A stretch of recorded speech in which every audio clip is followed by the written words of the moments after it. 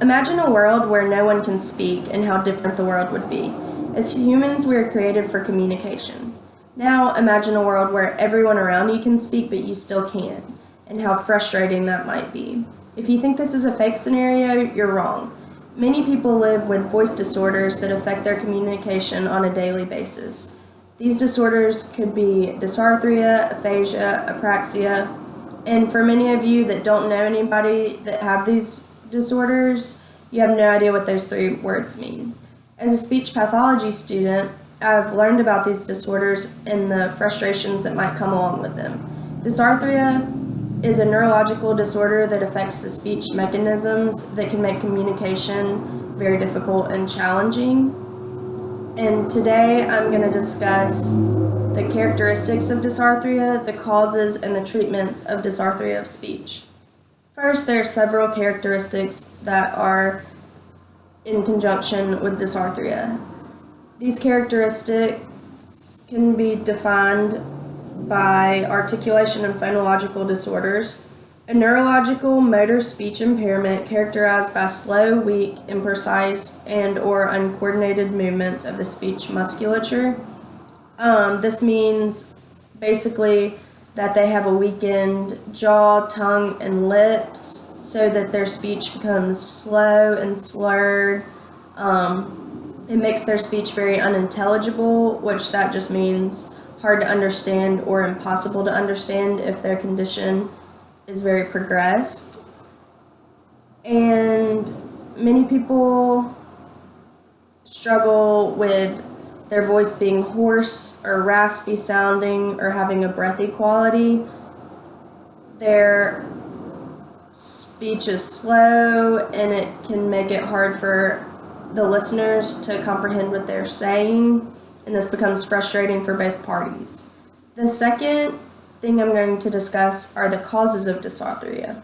Contrary to what many believe, dysarthria can occur in children, but it's usually caused by a neurological disorder such as cerebral palsy or muscular dystrophy that these children are born with. So their level of dysarthria may not be as advanced until their the muscle use starts to decrease when they get a little older. In adults, dysarthria is mainly caused by neurological disorders like this, such as Parkinson's disease or Huntington's disease, or a stroke can cause it, as well as a traumatic brain injury that can occur out of the blue. The only other cause of dysarthria would be medication, which that's easily curable. So lastly, I'm going to discuss the treatments of dysarthria. A speech-language pathologist would be the one to diagnose you with this disorder, but they may refer you to a neurologist. The neurologist way of treating dysarthria would be to treat the underlying causes of it, which would be to give you some kind of medication for your Parkinson's or Huntington's disease, or work with you after you've had a stroke and try and combat those problems.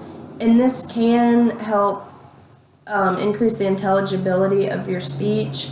However, the main way of treatment would be through a speech-language pathologist.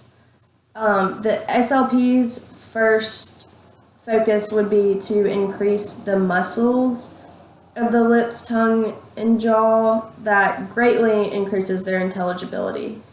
The other things a speech-language pathologist would work with a client on would be to slow down their speech rate, which that helps a lot initially, and then work on increasing their lung capacity and their breathing ability so that their voice will be more even and it's easier for them to speak for longer periods of time, as well as reduce the breathy quality of their voice.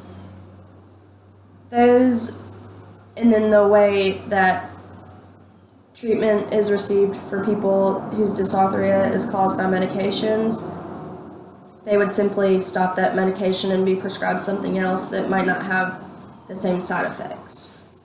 So dysarthria is a communication disorder that affects many people's daily lives, and it's important that people can recognize the symptoms and signs and know when they need to be referred for help for that or a loved one. So first I discussed the characteristics and symptoms of dysarthria. Next I discussed the causes of dysarthria. And lastly I discussed the treatment methods of dysarthria. So I'm going to end on a quote that explains how important communication is. This quote is by Paul Myers, and it says, "Communication is the human connection. It's the key to personal and career success."